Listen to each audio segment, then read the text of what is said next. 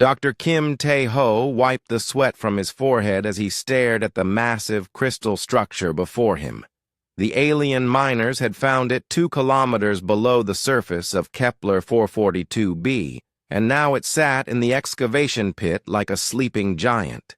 The crystal was bigger than any building he had ever seen, its surface covered in patterns that hurt his eyes when he looked too long. "What do you think it is?" asked Lee Jae-sung, the young engineer who had been scanning the structure for 3 days straight. His equipment kept giving readings that made no sense. Tae-ho shook his head slowly.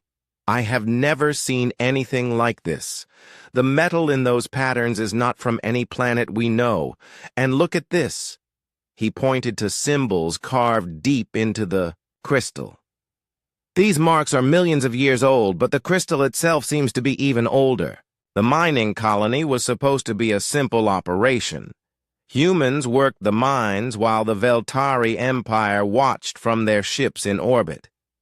The aliens had better technology and stronger weapons, so humans did what they were told. It was not a good life, but it was better than being destroyed." Everything changed when the miners found the crystal. Captain Park So-min arrived that afternoon with a squad of soldiers. She was a small woman with sharp eyes who had fought in the border wars before the Veltari came. Now she commanded the human security forces on the colony. "The aliens are coming," she told Tae-ho. "Their science ships will be here in 6 hours. They want to study your discovery." Tae-ho felt his stomach drop.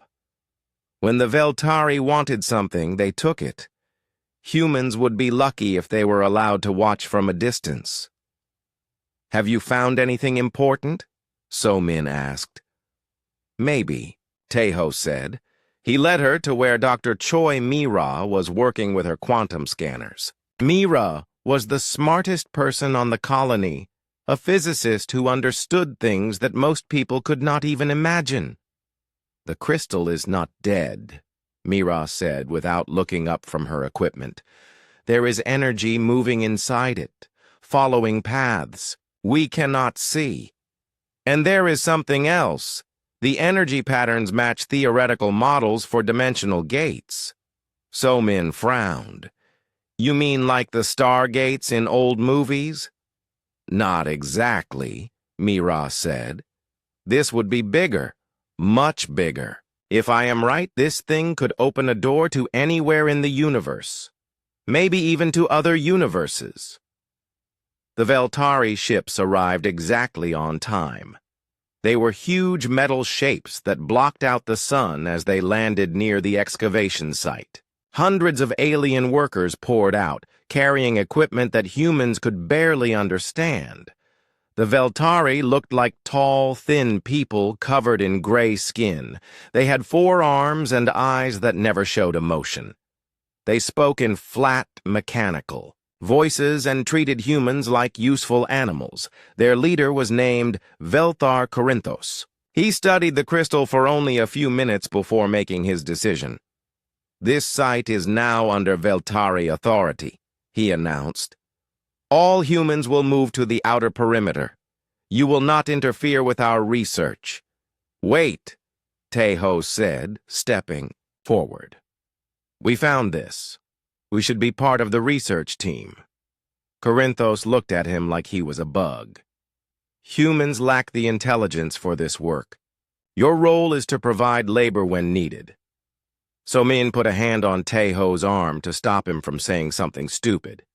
There were too many Veltari soldiers with too many weapons. Over the next week, the aliens built a research facility around the crystal. Their machines were smooth and silent, working faster than anything humans could build. They set up force fields and energy collectors, turning the excavation site into something from a science fiction movie.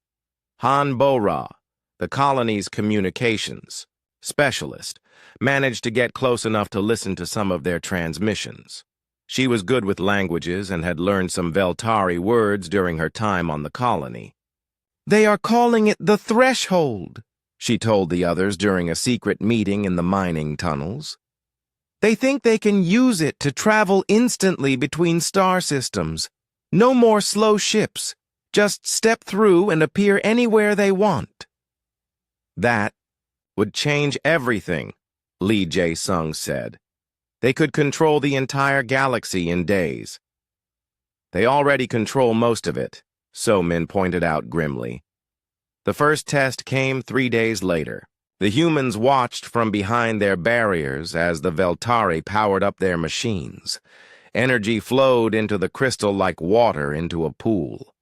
The symbols on its surface began to glow with cold blue light. For a moment, nothing happened. Then, the air in front of the crystal began to ripple like water. A crack appeared in space itself, growing larger and larger until it was big enough for a ship to fly through. Tae-ho could see something on the other side of the crack. It was not space as he knew it. The stars were wrong, arranged in patterns. That made his head hurt. There were shapes moving in the distance, huge things that seemed to swim through the darkness. "Get back!" Mira shouted. Her scanners were screaming warnings. "The energy readings are off the charts. Something is wrong." The crack began to close, but not before something came through. It was not a physical object, but something else, something that made the air taste like metal and fear. The Veltari. Scientists seemed excited, but the humans felt only dread. Then the gate collapsed. The crystal went dark and silent. The Veltari machines shut down one by one. Corinthos was not pleased. "Increase power by 30%, he ordered. "We will try again in 6 hours." "Sir," one of his scientists said carefully, "we detected unusual readings just before the gate closed. There may have been some kind of intelligence on the other side." "All the more reason to establish contact," Corinthos replied. "Prepare for the next test." That night, Mira made a discovery that chilled her to the bone. Hidden in the quantum static from the gate test, she found traces of a signal. It was not random noise, but a message, encoded in mathematical patterns that should not exist. She spent hours decoding it with help from Han Bo-ra. What they found was a warning, written in symbols so old that they predated every known civilization. The T message was simple and terrifying. "Do not open. Do not wake them. Some doors should never be opened." But it was too late. The Veltari had already decided to try again, with more power this time. They believed they could control whatever was on the other side of the gate. Tae-ho stared at the quiet crystal and wondered what they had found buried beneath the ground. It was supposed to be a simple mining operation. Now it felt like they had stumbled onto something that could change the fate of every living thing in the galaxy. The crystal waited in the darkness, patient and silent. But deep inside its heart, something was beginning to stir. Dr. Choi Mira had not slept in 3 days. Her eyes burned as she stared at the ancient message displayed on her computer screen. The mathematical concepts in the warning were impossible. They described ways of thinking about space and time that human science said could not exist. "Look at this equation," she said to Han Bo-ra, pointing at a line of symbols. "It treats time like a physical object that can be folded and torn. Our physics says this is impossible, but the math works perfectly." Han Bo-ra rubbed her tired eyes. She had been working just as hard to translate the text portions of the message. "The language is older than anything in our databases, but I think I understand the basic meaning. They are talking about something called the sleepers beyond the veil, and chains that must never be broken." "Chains?" Mira asked. "I think they mean the crystal," Bo-ra said. "The message calls it a prison, not a gate. They built it to keep something locked away." Meanwhile, the Veltari were preparing for their second test. They had tripled the power output and installed new safety systems. Velthar Corinthos walked among his scientists like a general preparing for battle. Dr. Kim Tae-ho tried one more. Time to speak with him. "We have found evidence that the crystal might be dangerous," he said. "There are warnings carved into the structure itself." Corinthos did not even look at him. "Human superstition," he said in his flat voice. "You see monsters in shadows because you do not understand science. We will proceed as planned." Colonel Yoon Sang-woo had arrived from Earth that morning with orders from the human government. He was an older man with gray hair and scars from the wars before first contact. He found Tae-ho standing outside the Veltari facility. "I have been told to observe and report," Sang-woo said. "Nothing more. Earth does not want to anger our alien friends." "Friends?" Tae-ho laughed bitterly. "They treat us like slaves." "Smart. Slaves are better than dead heroes," Sang-woo replied. But his eyes were hard as he watched the Veltari soldiers. "Still, I do not like this. Something feels wrong." The wrongness was spreading. Kang Do-hyun, who piloted security flights around the colony, reported strange readings on his sensors. Space itself seemed to be bending near the research facility. His radio picked up signals from coordinates where nothing existed. "I flew through an empty sector yesterday," he told Captain Park So-min. "But my instruments showed massive structures there. When I looked with my eyes, I saw nothing. When I looked at my screens, I saw cities floating in space." So-min felt a chill run down her spine. "What kind of cities?" "Wrong ones," Do-hyun said. "The shapes did not make sense, like someone built them using geometry that should not work." Dr. Lim Hye-jin was having her own problems. As the colony's medical officer, she had been treating both humans and Veltari workers. Over the past week, she had noticed disturbing changes in everyone who worked near the crystal. "They are having the same nightmares," she told the others during another secret meeting. "Humans and aliens both. They dream of vast empty spaces filled with things that move in the dark. Some wake up speaking in languages that do not exist, the Dat." Veltari scientists were excited about these reports. They believed the dreams were evidence of contact with an advanced civilization. Corinthos ordered his team to interview everyone who had unusual experiences. "This proves our theory," he announced. "The gate connects to a realm inhabited by highly intelligent beings. We must establish communication." Lee Jae-sung shook his head as he watched the aliens prepare their machines. "They think they are explorers," he said to Tae-ho. "But they are children playing with weapons they do not understand." The second test began at noon. This time, the Veltari had enough power to open a much larger gate. The crystal responded, immediately its symbols blazing with light that seemed to come from inside the stone itself. The crack in space opened wider than before. Through it, the humans could see more of the strange realm beyond. The stars were arranged in perfect geometric patterns that hurt to look at. Massive structures moved in the distance, too large and too regular to be natural. "My God," Mira whispered, staring at her instruments. "The energy readings are impossible. It is like looking at the engine room of reality itself." Something was definitely looking back. The watchers could feel eyes upon them, ancient and patient and utterly alien. The Veltari scientists were recording everything, too excited to notice the wrongness that made every human present want to run. Then the gate began to stabilize.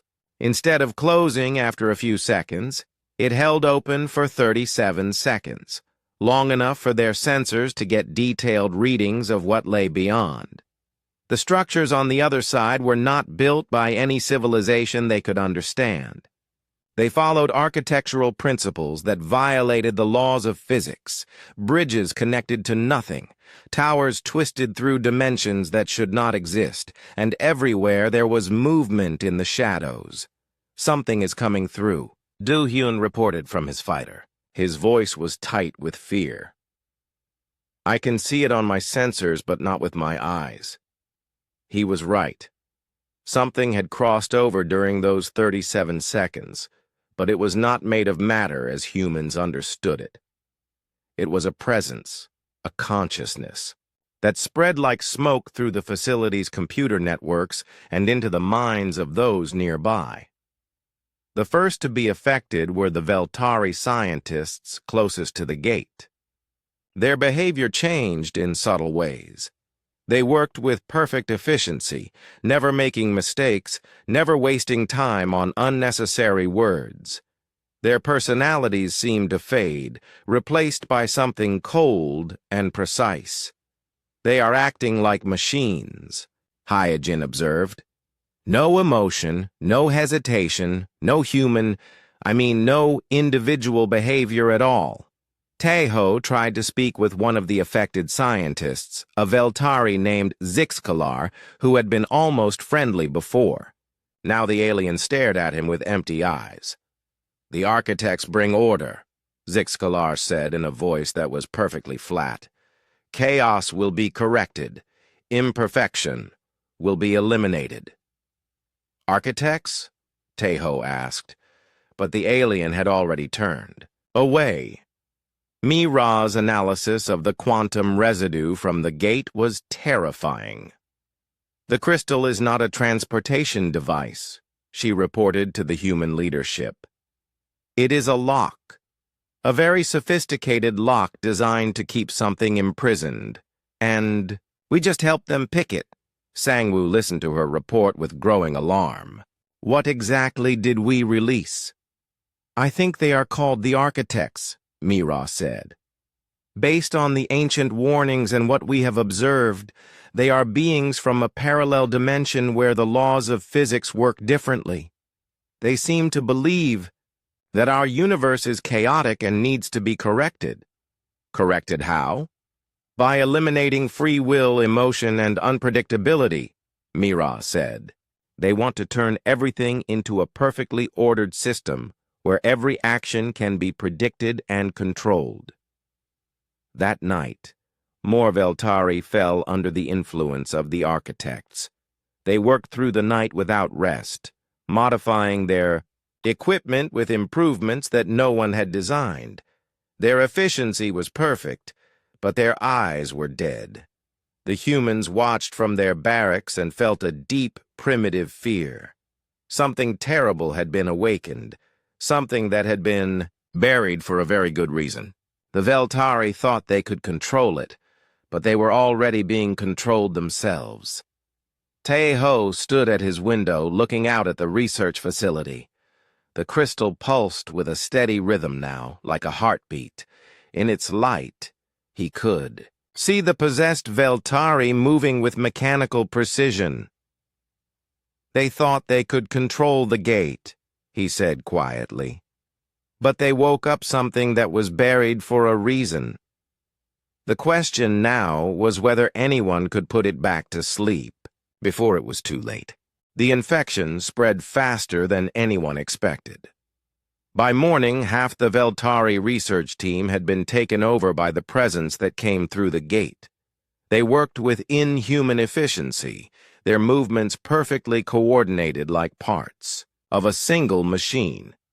Dr. Kim Taeho watched them through binoculars from the human observation post.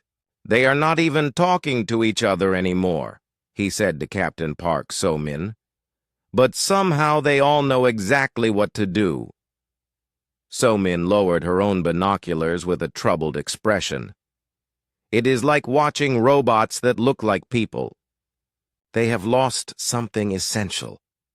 The possessed Veltari had begun modifying the gate machinery with designs that seemed to come from nowhere. Lee Jae-sung studied their work through long-range cameras and shook his head in amazement. "Those modifications should not work," he told the others. They are using principles that contradict everything we know about engineering. But look at the energy output. They are making the gate 10 times more powerful. Dr. Choi Mira had made a breakthrough in translating the ancient warnings. Working with Hanbo Ra, she had decoded more of the message left by the beings she now called the predecessors. The crystal was not built by any civilization we know, she announced to the human leadership team. It was built by an ancient race that fought a war against entities from a parallel dimension. The entities they called the architects. Colonel Yun Sang Woo studied the translation with growing alarm. It says here that the architects see our universe as chaotic and wrong. They want to impose their own laws of physics on everything. That is exactly what we are seeing, Mira confirmed. In their dimension, consciousness and matter follow different rules. Free will does not exist. Everything is predictable and ordered. They cannot understand chaos, so they try to eliminate it. Dr. Lim Hae-jin had been studying the infection process by observing the affected Veltari. Whatever is taking them over, it seems to spread through direct contact with their nervous systems. But it does not affect humans the same way. What do you mean? Taeho asked. The human workers who have been near the possessed aliens show symptoms, but they do not lose their personalities completely. They have headaches and nightmares, but they are still themselves. This observation would prove to be more important than anyone realized. The next gate activation came without warning. The possessed Veltari opened a portal that was twice as large as before, and this time they kept it open for over 10 minutes.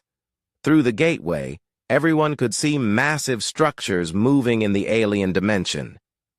Those are not buildings, Kang Do-hyun reported from his fighter.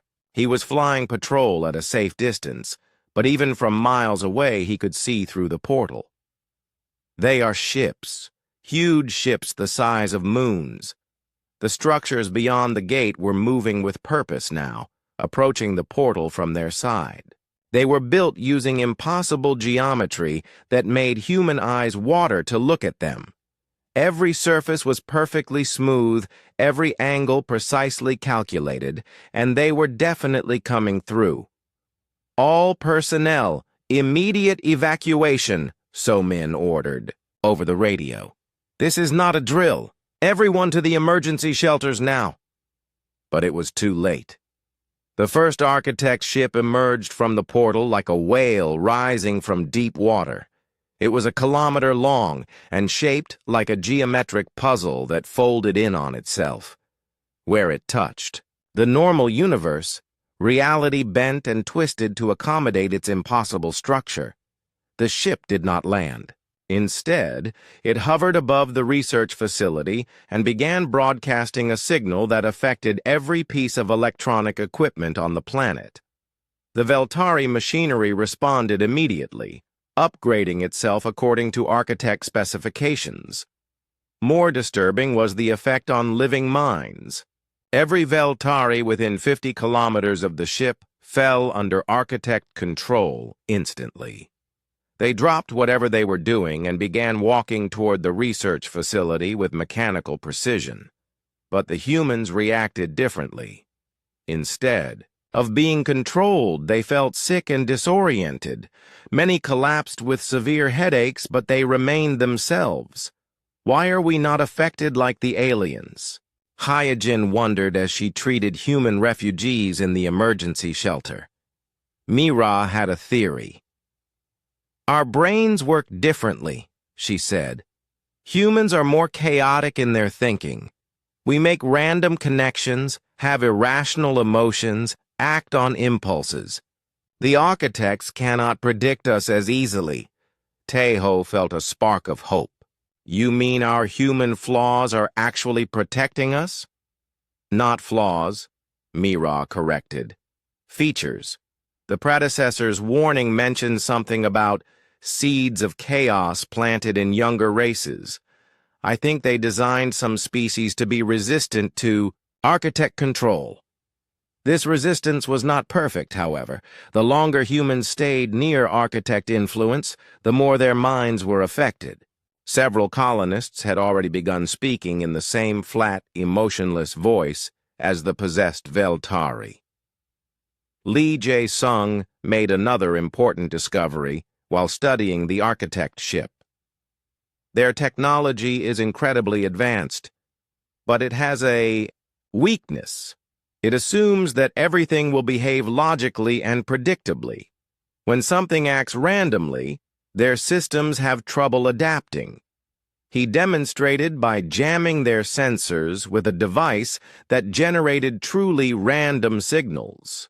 The architect. Ship's scanning beams wavered and lost focus, unable to lock onto something that followed no pattern.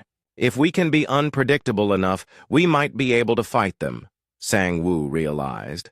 But fighting required weapons, and the humans had little that could harm beings who could bend reality to their will. The Veltari had superior technology, but all of it was now under architect control.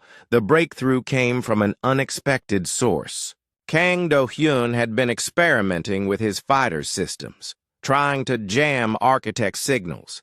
He discovered that human technology, with all its imperfections and random glitches, was naturally resistant to their influence. "My ship's computer crashes every few minutes," he reported, "but that keeps the architects from taking control of it. They cannot possess something that does not work properly." This gave them an idea. If human chaos could protect their minds, maybe it could protect their technology too. Working through the night, Lee Jae-sung and his team began sabotaging their own equipment in carefully planned ways. They introduced random errors, contradictory programming, and deliberate inefficiencies. It was the exact opposite of good engineering. But it worked. Their modified equipment became invisible to architect sensors. Radios that should have failed continued working. Weapons that should have jammed kept firing. Computers that should have crashed kept calculating. "We are fighting logical perfection with beautiful chaos," Tae-ho said as he watched Lee's team work. "The predecessors were right. They did plant seeds of resistance in us." But even with this discovery, the situation was desperate. More architect ships were coming through the portal. The possessed Veltari had established a beachhead and were building structures that hurt to look at. Reality itself was being rewritten. To match architect specifications, Colonel Sang-woo made the hardest decision of his military career. "We cannot let them establish a foothold here," he said. "If they get control of this planet, they will use it as a base to spread throughout human space." He activated the nuclear failsafe that every military base carried. The warhead was designed to destroy the facility in case of alien invasion, but no one had expected to use it against entities that could rewrite the laws of physics. The explosion lit up the sky like a second sun. When the light faded, the research facility was gone, along with the first architect ship and most of the possessed Veltari. But the gate remained active. The crystal had survived the nuclear blast and continued pulsing with alien energy. More. Ships were already approaching from the other side, and this time they would be ready for human resistance. "We hurt them," Do-hyun reported from his fighter as he surveyed the damage. "But we did not stop them. They are learning from what happened here." Tae-ho looked at the ruins of the facility and felt a cold certainty settle in his chest. This was just the beginning. The architects had tasted their universe and found it wanting. They would not stop until every trace of chaos and free will had been eliminated. The war for the soul of reality had begun, and humanity was the only force. Standing in their way, the news came in broken transmissions from across Veltari space. Fleet after fleet was going dark, their final messages describing attacks by ships that did not follow the rules of physics. Then the ships would reappear, crewed by Veltari whose voices had become flat and emotionless. Captain Park So-min stood in the emergency command center that had been hastily built in the mining tunnels beneath Kepler 442b. The screens around her showed a galaxy at war with itself. The Veltari Second Fleet just attacked their own homeworld, reported Han Bo-Ra, monitoring alien communications. The planetary defense grid did not even fire back. It was like they recognized the attacking ships as friendly. Dr. Kim Tae-ho studied the tactical display with growing horror. Red zones marked systems that had fallen under architect control. The infection was spreading faster than anyone had thought possible. They are not just taking over ships, he realized. They are converting entire populations. Once they control a planet, everyone on it becomes part of their collective. Colonel Yoon Sang-woo had been in contact with Earth's military command. The news from there was equally grim. "Human space is next," he announced. "Our analysts estimate we have maybe 2 weeks before the first architect fleets reach our outer colonies." Dr. Choi Mi-ra had been working around the clock to understand how the architects operated. Her findings were both terrifying and oddly hopeful. "They call themselves the Architects of Order," she explained to the group. "In their dimension, every particle follows predictable laws. Free will and random events do not exist. They see our universe as diseased because we have chaos and unpredictability. But that chaos is what protects us," added Dr. Lim Hai-jin. "I have been studying the infection process in detail. The architects can take over minds that think in logical, orderly patterns, but minds that are chaotic and unpredictable resist their influence." Lee Jae-sung had been reverse engineering captured architect technology with surprising success. Their machines are incredibly advanced, but they assume that all systems will behave rationally. When I introduce random elements into their programming, it creates cascading failures.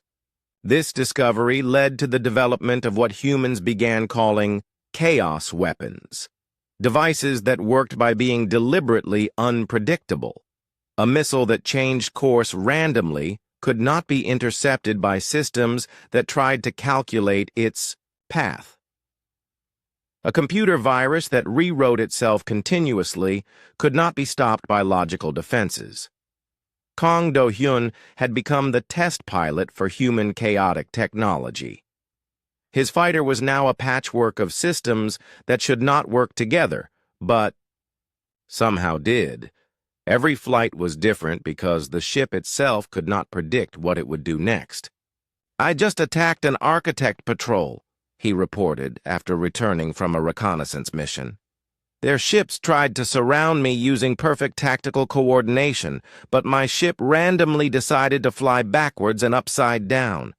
Their formation fell apart because they could not adapt to something that made no sense." The success of human chaos tactics led to an unexpected development. Velthar Corinthos, the alien commander who had started the whole crisis, arrived at the human base. Under a flag of truce, he was one of the few Veltari who had escaped architect control. "My people are dying," he said in his flat voice, though now it carried notes of what might have been emotion. "Your species seems immune to the infection that has taken our worlds. We formally request your assistance." It was the first time in history that the Veltari had asked humans for help. The irony was not lost on anyone present. "You treated us like animals," So-min said bluntly. "Why should we risk our lives to save you?" Corinthos was quiet for a long moment. "Because if we fall completely, you will face the architects alone, and despite your resistance, they will eventually find ways to overcome your chaotic nature." Haori was right, and everyone knew it. The architects were learning. Each encounter taught them more about human unpredictability, and their tactics were already adapting. "We will help," Sang-Woo decided, "but this time we do things our way." The first joint human-Veltari operation was unlike anything in military history. Instead of careful planning and logical coordination, the humans introduced deliberate randomness into every aspect of the mission. Ships launched at random intervals.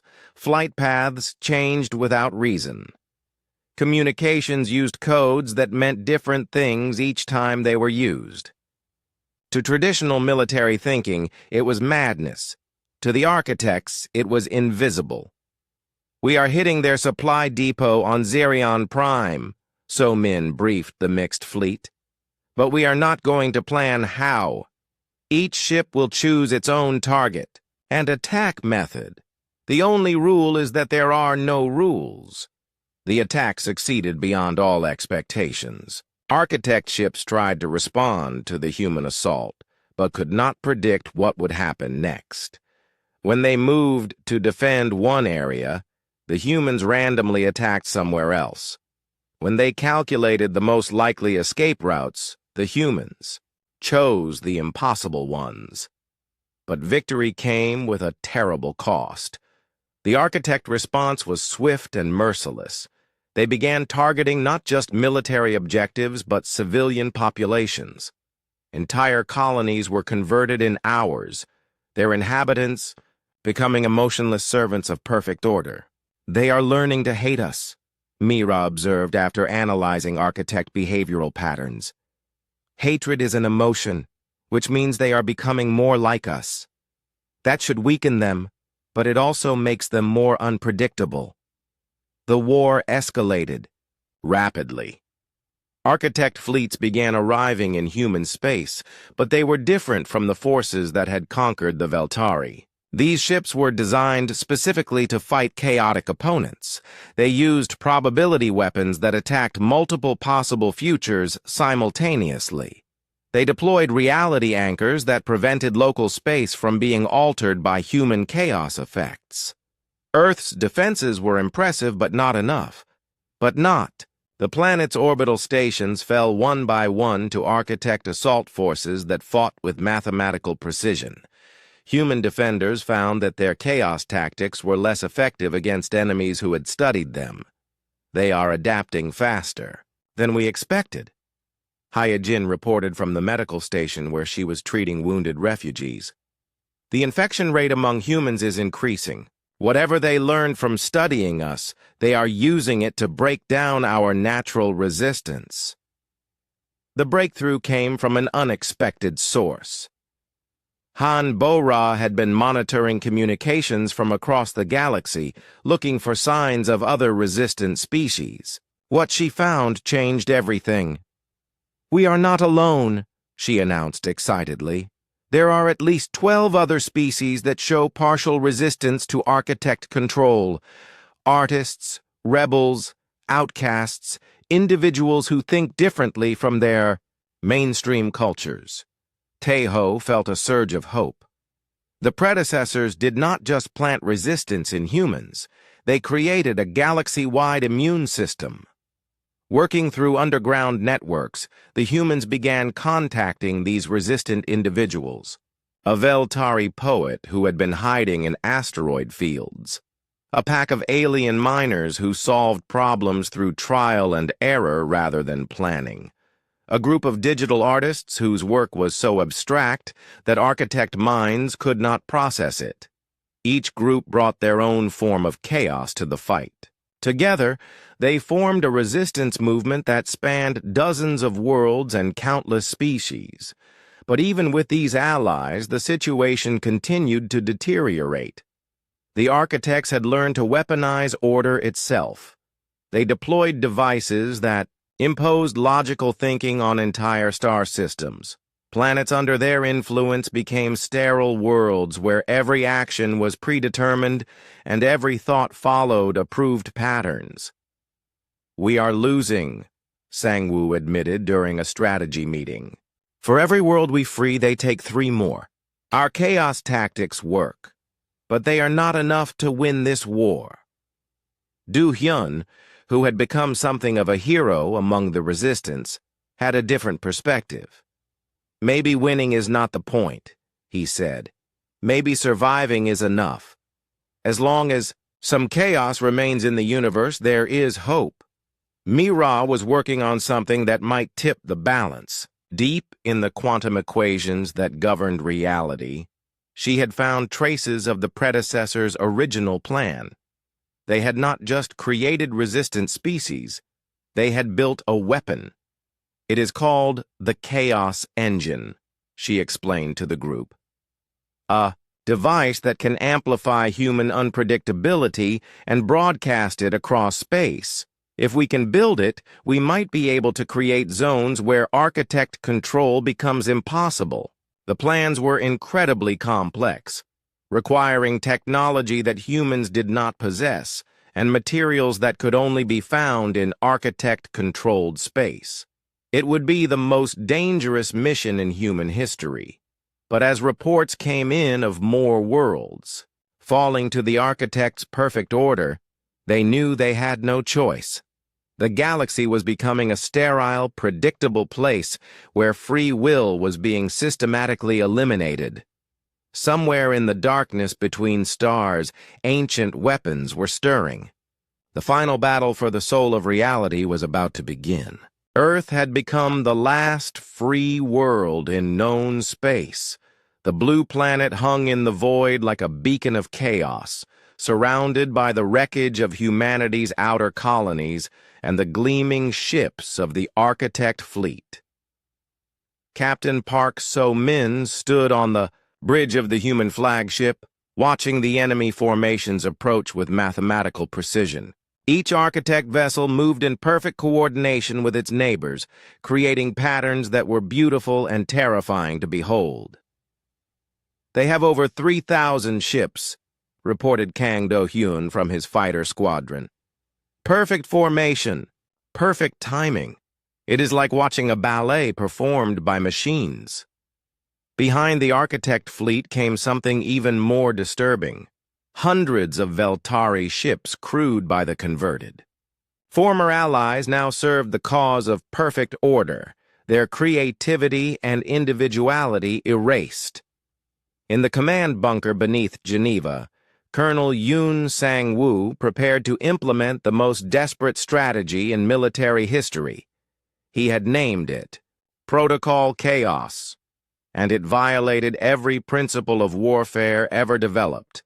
"Attention all units," he broadcast to the human fleet.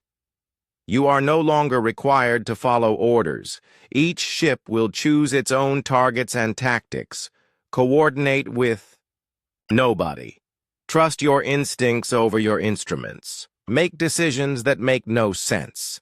Traditional military commanders would have called it madness. But humanity was fighting an enemy that could predict every logical response. Their only hope was to be completely illogical.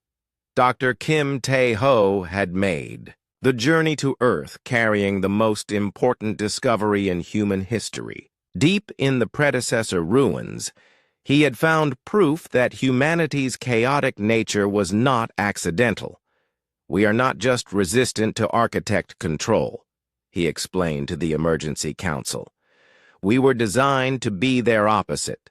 The predecessors created us as a living weapon against perfect order." Dr. Choi Mira's research confirmed this theory. Every human brain contains quantum structures that generate true randomness. We literally think in chaos. The predecessors implanted these patterns in dozens of species as a failsafe against the architects. This knowledge changed everything. Humans were not just survivors of an alien invasion. They were the galaxy's immune system, activated after millions of years of dormancy.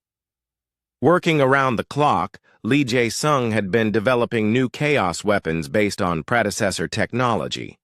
These devices did not just use randomness, they weaponized irrationality itself. "Look at this torpedo," he said.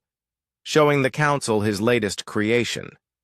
It chooses its own target based on which ship looks most interesting to it. The guidance system has a sense of curiosity. It literally cannot be stopped by logical defenses because it does not follow logical rules. Dr. Lim Hae-jin had made her own breakthrough. She had developed a serum that enhanced human chaos resistance by increasing the random patterns in brain activity. The treatment was dangerous. Some volunteers lost their sanity entirely, but others became living embodiments of pure unpredictability. We call them Chaos Marines, she explained. They can walk into architect-controlled areas without being detected because their thoughts are too random to scan. Their presence alone disrupts architect technology. Han Bo-Ra had become the coordinator for the underground resistance movement. Using quantum-encrypted communications that changed their meaning randomly, she maintained contact with chaotic individuals across the galaxy. The resistance is growing, she reported. Every species has individuals who think differently. Artists, outcasts, rebels. They are all natural chaos generators. We now have allies in over 40 star systems. As the Architect fleet approached Earth, these scattered resistance cells launched coordinated attacks across the galaxy, but their coordination was deliberate chaos. No two attacks followed the same pattern, and many groups acted at random, times for random reasons. The Architects found themselves fighting shadows. When they moved to counter one threat, 3 others appeared in unexpected locations. When they calculated the most likely next move, their enemies chose the impossible instead. But the real battle was happening in Earth's solar system. The Architect fleet had arranged itself in perfect formations, ready to begin the systematic conversion of humanity's homeworld. Their ships hummed with reality-warping technology that would impose order on the chaos of human thought. Then the human fleet attacked, and all their calculations became meaningless. Human ships flew in patterns that defied physics. Captains chose targets by flipping coins. Weapons fired at random intervals. Some ships flew directly at the enemy with no plan except to cause confusion. Du Hyun led his fighter squadron in an assault that looked like organized madness. "Fox leader to all pilots," he called over the radio. "New order. Ignore all orders. Attack whatever looks fun." The results were devastating for the Architects. Their perfect formations crumbled as they tried to respond to attacks that followed no pattern. Ships designed to calculate enemy movements found themselves firing at empty space while human fighters appeared from impossible directions. Their fleet coordination is breaking down, So Min observed from the flagship bridge. They cannot adapt to opponents who do not know what they are going to do next. But the Architects were learning even from chaos. Their ships began using probability weapons that attacked multiple possible positions simultaneously. They deployed quantum scramblers that tried to impose logical thinking on human minds. "They are getting better at fighting us," Hye-jin warned, from the medical bay. "The infection rate among our pilots is increasing. Some are starting to fly in formation." The tide of battle shifted when Velthar Corinthos arrived with the surviving free Veltari fleet. His ships moved with desperate efficiency, attacking their former comrades with weapons designed to disrupt Architect control systems. "We have brought chaos grenades," he reported to Sang-woo. "Devices that generate random energy patterns. They cannot restore free will, but they can temporarily disrupt Architect influence." The combined fleet fought with a mixture of human randomness and Veltari precision. It was an impossible combination that somehow worked. Human unpredictability created openings that Veltari accuracy could exploit. As the battle raged around Earth, Tai-Ho made the most important discovery of the war. Deep in the quantum static generated by the fighting, he detected traces of the original predecessor signal, the same warning they had found on Kepler 442b. The predecessors left more than warnings, he announced. They left blueprints, instructions, for building the ultimate chaos weapon. Mira worked frantically to decode the signal while explosions lit up the sky above. "It is called the Chaos Engine," she said, "a device that can amplify human randomness and broadcast it across interstellar distances. If we can build it, we can create permanent zones where architect control becomes impossible." But building the engine required exotic materials that could only be found in architect ships. They would need to capture enemy technology while fighting for humanity's survival. "I will get you your materials," Do-hyun said simply. He had become something of a legend among human pilots, the man who could outfly architect computers by being completely unpredictable. What happened next would be remembered as the most insane military operation in human history. Do-hyun led a squadron of Chaos Marines in a boarding assault on an architect mothership. Their plan was to have no plan. They would improvise everything once they got inside. The assault succeeded because it was impossible. The architects could not defend against enemies who did not know what they were doing. By the time the alien computers calculated the most likely invasion routes, the humans had already chosen the least likely ones. They returned with enough exotic matter to build the first prototype Chaos Engine. It was a crystalline device that hurt to look at, its surface covered in patterns that seemed to move when nobody was watching. "Are we sure this will work?" Sang-woo asked as his engineers prepared the device. "No," Mira admitted, "but uncertainty is our greatest weapon. The architects cannot plan for something that might not work." The first test of the Chaos Engine changed the course of the war. When activated, it created a bubble of weaponized randomness that expanded at the speed of light. Architect ships, caught in its field, began malfunctioning as their perfect systems were contaminated by pure chaos.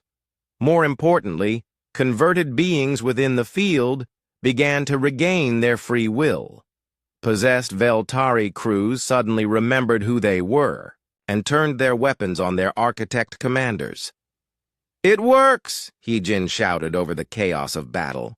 "The engine does not just protect against architect control. It reverses it." But the victory came with a terrible cost. Operating the Chaos Engine required human operators to link their minds directly to the device. Most who tried were driven insane by the experience of channeling pure randomness. "We need volunteers," Sang-woo announced grimly. "People willing to sacrifice their sanity to save the galaxy." The response was immediate. Hundreds of humans stepped forward, ready to give up their minds to preserve free will for others. They were artists and engineers, soldiers and scientists, all united by their willingness to embrace chaos. As Earth's defenders activated more Chaos Engines, the architect fleet began to retreat. Their perfect formations dissolved into confusion as ship. The construction site for the great Chaos Engine stretched across the dark side of Earth's moon. Captain Park So-min walked through the massive facility, watching thousands of workers from dozens of species laboring together in controlled pandemonium. "It is the largest construction project in galactic history," reported Lee Jae-sung, wiping sweat from his forehead despite the artificial atmosphere. "And also the most dangerous. We are literally building a machine to amplify insanity on a cosmic scale."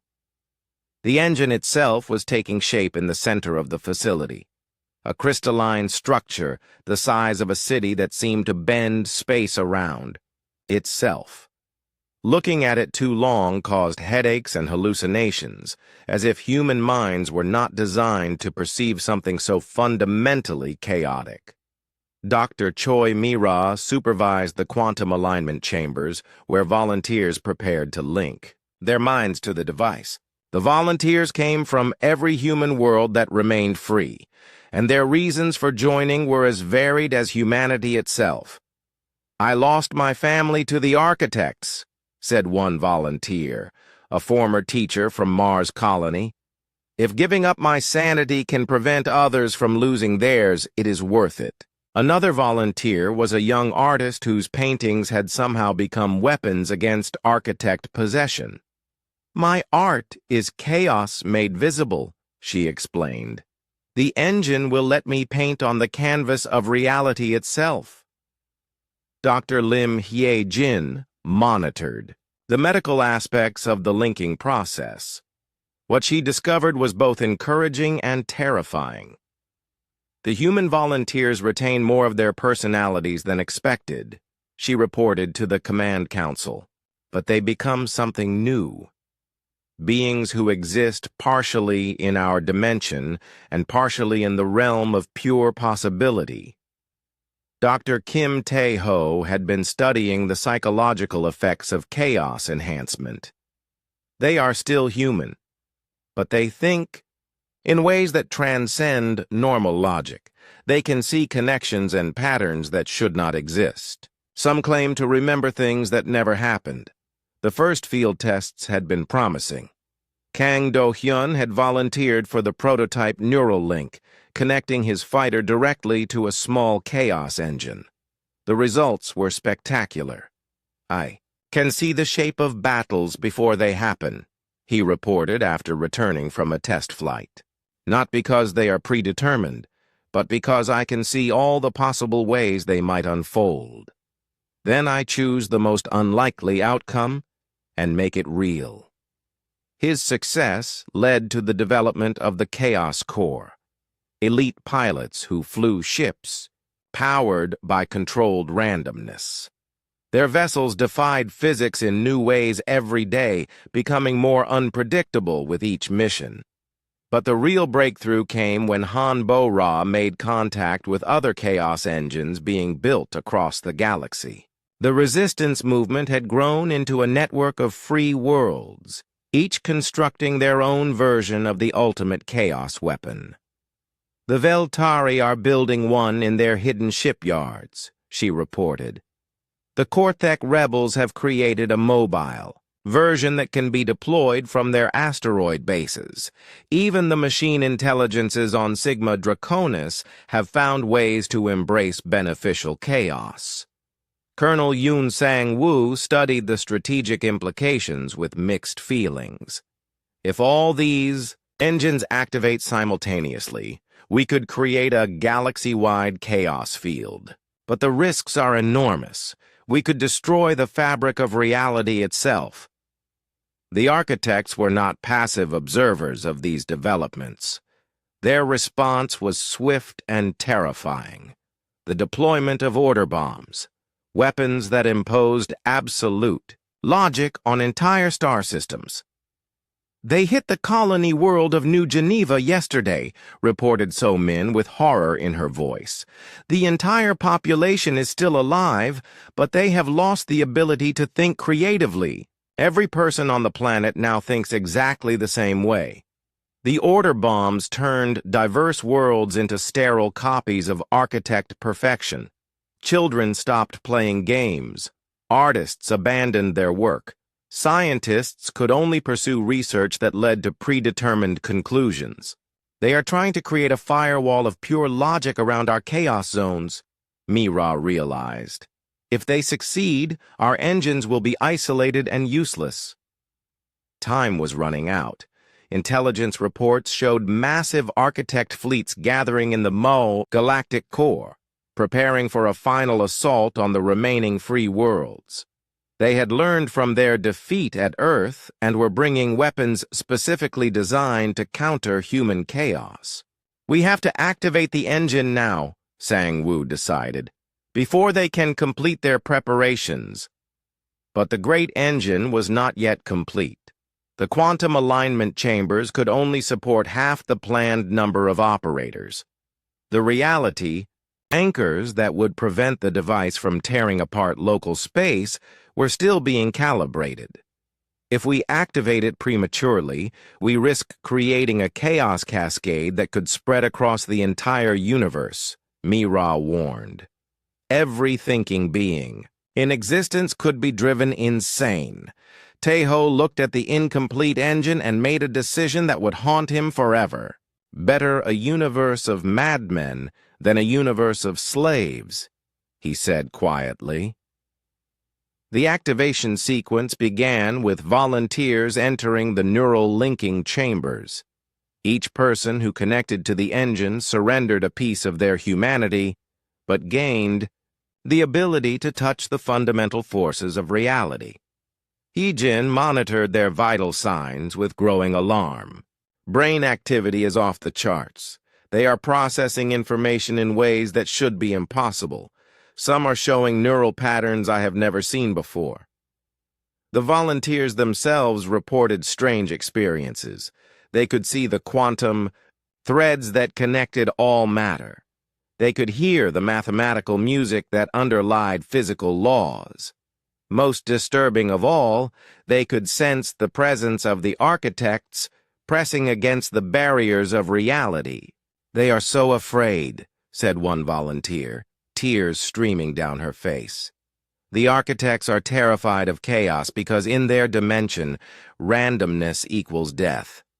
They are trying to save themselves by destroying us." This revelation changed how the human operators approached their task. Instead of simply generating chaos to fight the architects, they began crafting specific types of randomness, patterns of possibility that could coexist with order rather than destroying it. The first full-power test created a chaos field that engulfed half the solar system. Within that field, the normal laws of physics became suggestions rather than rules.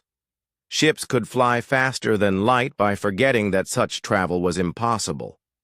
Weapons worked by wanting to work rather than following engineering principles. Du Hyun led the first assault mission using the new chaos technology. His squadron attacked an architect forward base using tactics that existed only in the realm of possibility. "We are not just flying through space," he reported in amazement. "We are flying through the spaces between spaces. My ship just traveled to 3 different locations simultaneously and then chose which one it liked best." The attack succeeded beyond all expectations. The architect base simply could not defend against enemies who attacked from directions that did not exist. Their perfect defensive calculations became meaningless when confronted with weapons that worked by ignoring reality. But the victory came at a terrible cost. Several of the Chaos Engine operators had to be removed from the neural links after. Their minds began fracturing under the strain of channeling pure possibility. "We are asking them to become living contradictions," Hyejin said as she treated the psychological casualties. "They exist in multiple quantum states simultaneously. Some are forgetting how to be human." The ethical implications were staggering. To save humanity from losing their free will, they were asking volunteers to sacrifice their sanity.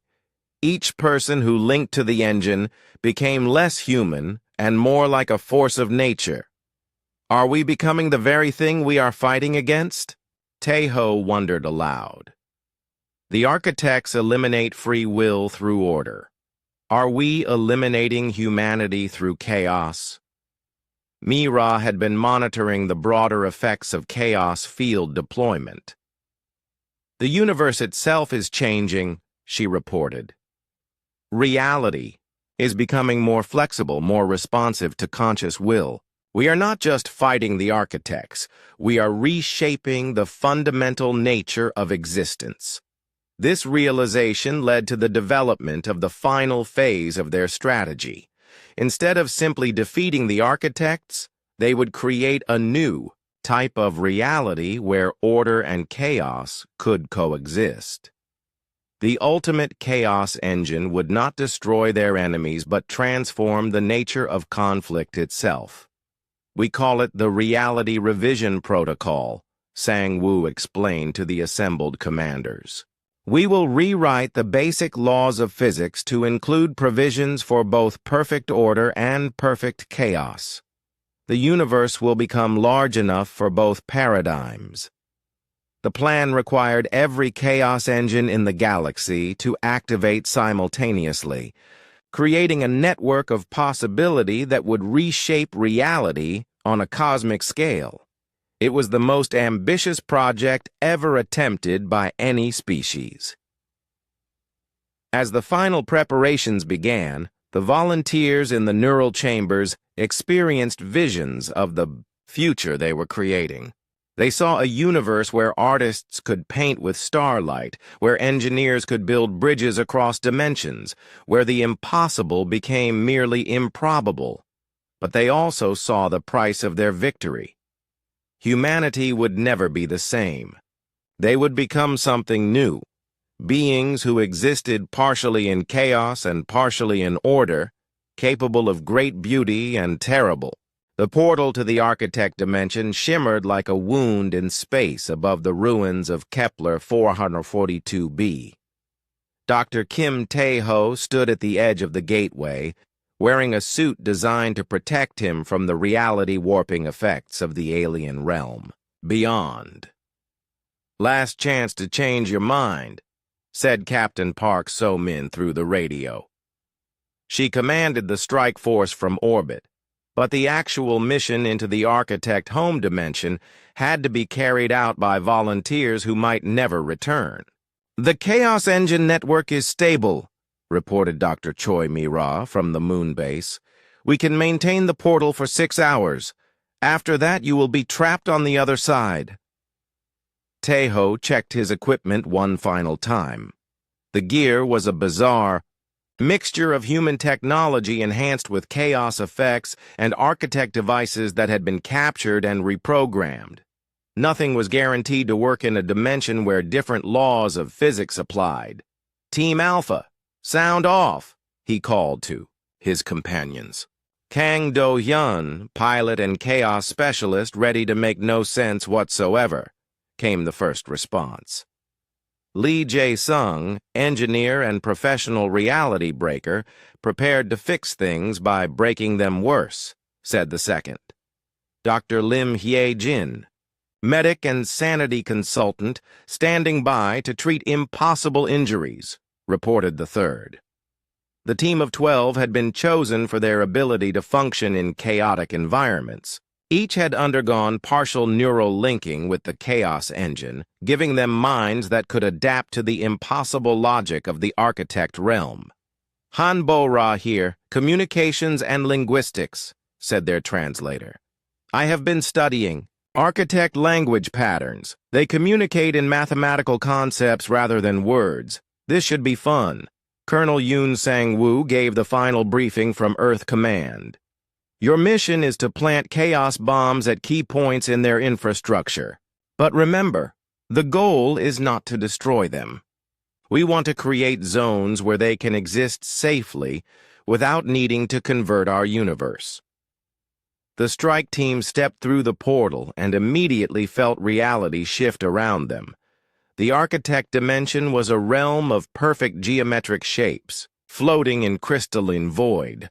Every surface was mathematically precise, every angle calculated to astronomical perfection. "My instruments are going crazy," reported Jae-sung. "Gravity is not a force here. It is a concept that applies selectively based on logical necessity, and time flows in mathematical sequences rather than linear progression." Do-hyun's chaos-enhanced perception allowed him to navigate the alien geometry. "I can see paths through the structure, but they keep changing based on what makes the most logical sense. We need to move illogically to reach our targets." The team began their infiltration by deliberately choosing the most inefficient roots through the architect's city. Their human technology barely functioned in the ordered environment, but their chaotic thinking allowed them to adapt in ways the architects could not predict. The buildings are not separate structures, observed Hyejin as they moved through corridors that folded in on themselves. They are all part of a single vast machine designed to process logical thought. The architects do not live here. They are part of the city itself. This revelation changed their understanding of the enemy. The architects were not invaders from another dimension. They were the dimension itself, given consciousness through perfect mathematical harmony. No wonder they fear chaos, Tae-ho realized. Random events could literally unravel their existence. They are not trying to conquer our universe out of malice, but out of desperate self-preservation. Bo-Ra made contact with the Architect Collective, consciousness using a translation device that converted human thoughts into mathematical concepts. The conversation that followed was unlike anything in galactic history. "You bring dissolution," the architects communicated through harmonic frequencies. "Your presence creates uncertainty in our perfect calculations. Why do you seek to destroy us?" "We do not want to destroy you," Bo-Ra replied, her words converted into geometric patterns. "We want to create a space where both order and chaos can exist safely." The response was a mathematical expression of confused terror. "Impossible. Order and chaos cannot coexist. One must eliminate the other, or reality itself will collapse." This fundamental misunderstanding had driven the entire war. The architects genuinely believed that the existence of chaos threatened the stability of the universe. From their perspective, they were trying to save reality by imposing order on it.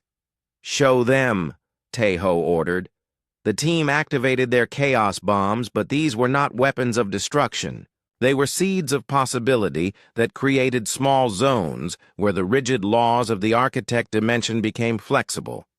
Within these zones, perfect geometric shapes gained the ability to grow organically. Mathematical constants became variables that could change based on aesthetic preferences. The effect on the architect consciousness was immediate and dramatic. Instead of being destroyed by the chaos zones, they began to explore them with something resembling curiosity.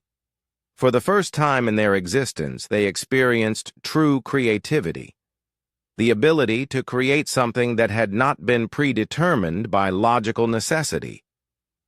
"They are learning to play," Hyejin observed in amazement. "Look at how they are experimenting with the flexible geometry. They are creating art." But not all architects embrace this new possibility. A faction of the collective consciousness viewed the chaos zones as a dangerous infection that needed to be contained. These purists began attacking both the human team and their own fellow architects who had been contaminated by creativity. "Civil war," Do-hyun said grimly as he watched perfect crystalline structures battle each other with weapons of pure mathematics. "We have divided them against themselves." The team found themselves fighting alongside progressive architects against the purist faction. It was a surreal battle where human chaos tactics combined with architect precision to create new forms of warfare that should not have been possible. Jae-sung's chaos bombs proved effective against the purist forces because their weapons were designed to counter predictable chaos, not the structured randomness that emerged from human architect. Cooperation. "We are not just fighting a war," Tae-ho realized as he watched human and architect forces coordinate their attacks. "We are creating a new form of consciousness that combines order and chaos." The battle for the architect dimension raged across impossible landscapes where the laws of physics changed from moment to moment. Human fighters flew alongside geometric constructs that had learned to break their own programming. Chaos Marines fought beside architect warriors who had discovered the joy of improvisation. The purists are retreating to the core nexus, reported Bo-Ra, monitoring the mathematical conversations of the architect collective. They plan to activate something called the final calculation, a process that will lock their entire dimension into absolute stasis. That would be the end of both our species, Mira warned from the moon base. If they freeze their dimension completely, the portal will collapse and trap you there. But worse, the rigid barriers between dimensions will destabilize our own reality. The II strike team raced through corridors that reformed themselves with each step, heading toward the core nexus at the heart of the architect city. They were pursued by purist forces that attacked with weapons of crystallized logic, devices that imposed rational thought on anyone they hit. I can feel my chaos resistance weakening, Hai-Jin reported as a logic beam grazed her arm. The purist weapons are designed to eliminate irrational thinking. A direct hit would turn us into perfect rational beings. Do-Hyun's enhanced perception allowed him to pilot the team through the changing maze of the city. But even his chaos-touched mind struggled with the increasingly abstract geometry of the core nexus. The architecture here exists in 11 dimensions, simultaneously, he reported. I can see the paths we need to take, but my body can only move through 3 dimensions at a time. The solution came from an unexpected source. Progressive architects who had embraced chaos began reshaping the city, itself creating tunnels and passages that existed in normal 3-dimensional space. They were learning to limit their perfection in order to help their chaotic allies. Working together, we are becoming something neither species could achieve alone, observed one architect who had learned to communicate in human concepts rather than pure mathematics. The team reached the core nexus just as the purists began their final calculation. The device was a massive crystalline computer that processed the fundamental equations of reality itself. If it completed its calculation, all possibility would be eliminated from both dimensions. We need to introduce chaos directly into their central processor, Jae-sung said, studying the alien device. But the amount of randomness required would destroy any human mind that tried to channel it. The answer came from the progressive architects. We can survive the process, they communicated. Our mathematical consciousness can contain chaos without being destroyed by it. But we need human creativity to guide the randomness toward constructive rather than destructive outcomes. What followed was the most intimate collaboration between order and chaos ever attempted. Human volunteers linked their minds directly to 5 years had passed since the reality revision protocol changed the fundamental nature of existence. Dr. Kim Tae-ho stood in the observation deck of Gateway Station, watching ships from both dimensions pass through the controlled portal that now connected the realms of order and chaos. The station itself was a marvel of hybrid architecture. Human creativity had combined with architect precision to create structures that were both beautiful and mathematically perfect. Corridors curved in ways that satisfied artistic sensibilities while following optimal geometric principles. The morning report director, said Han Bo-Ra, who now served as chief of interdimensional relations. She had learned to speak both human languages and architect mathematics with equal fluency. Tae-ho accepted the datapad with a smile. His title was Director of Gateway Operations, but everyone simply called him the Bridge Builder. He was one of the hybrid consciousnesses created during the final battle, existing partially in both dimensions simultaneously. 3 trade delegations arrived from the Architect Core worlds, Bo-Ra reported. They are requesting permission to establish an art exchange program with the Veltari colonies. The irony was not lost on either of them. The same Veltari who had once enslaved humanity now worked closely with their former captors to explore new forms of creativity inspired by architect mathematical beauty, Captain Park. Somin entered the observation deck, her uniform bearing the insignia of the Galactic Harmony Corps. She commanded the joint human-alien fleet that maintained peace throughout the transformed galaxy. "We have a situation developing in the Proxima sector," she reported. "A group of former architect purists have established an isolated colony where they practice absolute order. They are not threatening anyone, but they have completely eliminated all forms of creativity from their society." This was one of the ongoing challenges of the new reality. Not every being could adapt to the hybrid existence that combined order and chaos. Some humans had chosen to live in pure chaos zones where reality changed from moment to moment. Others had joined architect communities where every action was predetermined by logical necessity. "Are they happy?" Tejo asked. "That is the problem," Somin replied. "The concept of happiness requires some degree of unpredictability. They have achieved perfect contentment, but it is the contentment of mathematical equations. They no longer experience joy, sorrow, or any emotion at all." Dr. Choi Mira had become the director of reality studies, monitoring the effects of the dimensional merger on physical laws throughout the galaxy. Her research had revealed both wonderful possibilities and troubling complications. "The universe is more flexible now," she explained during their weekly briefing. "Consciousness can directly influence physical laws in ways that were impossible before.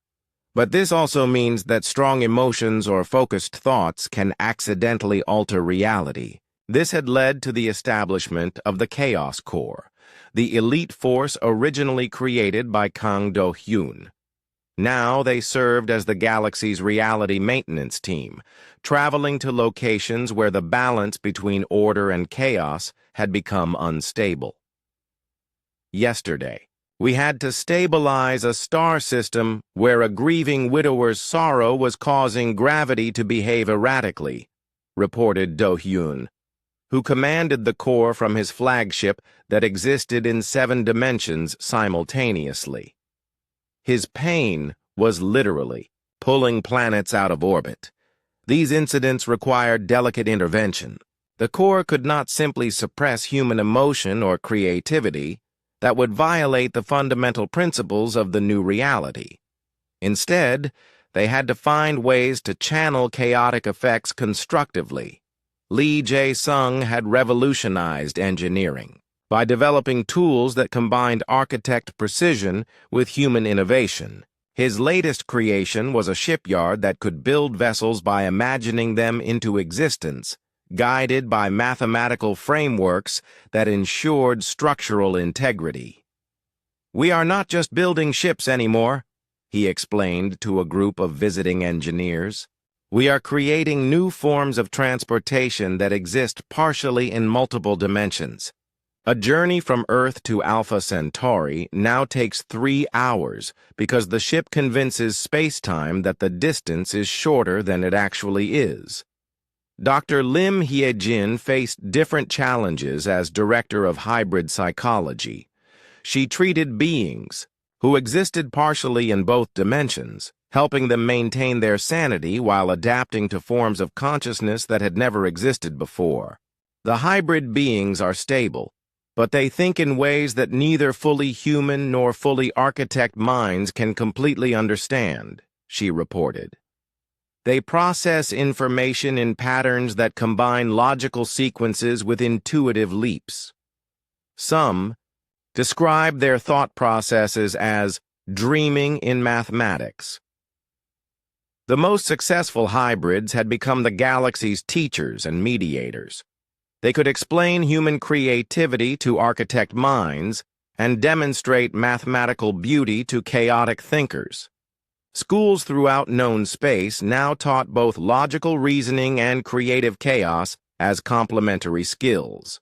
Colonel Yun Sang-woo had retired from military service to become a philosopher, writing extensively about the ethical implications of the new reality. His work explored the question of whether the transformed universe was better than the original. "We have gained the ability to reshape reality through conscious will," he wrote in his latest paper. "But we have also lost the simple certainty of fixed physical laws. Every choice now carries the weight of potentially altering the fundamental nature of existence." This philosophical debate raged across the galaxy.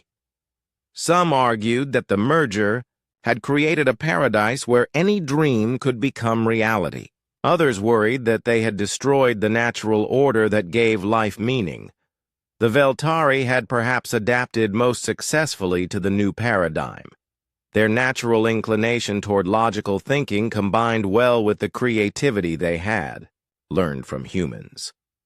Velthar Corinthos, the former military commander, had become a renowned artist whose sculptures existed in mathematical dimensions that could only be perceived by hybrid consciousness. "Beauty and logic are not opposites," he explained to Tae-ho during one of their regular meetings. "They are different aspects of the same underlying truth. The architects taught us precision, but humans taught us wonder. The transformation had not been without its casualties.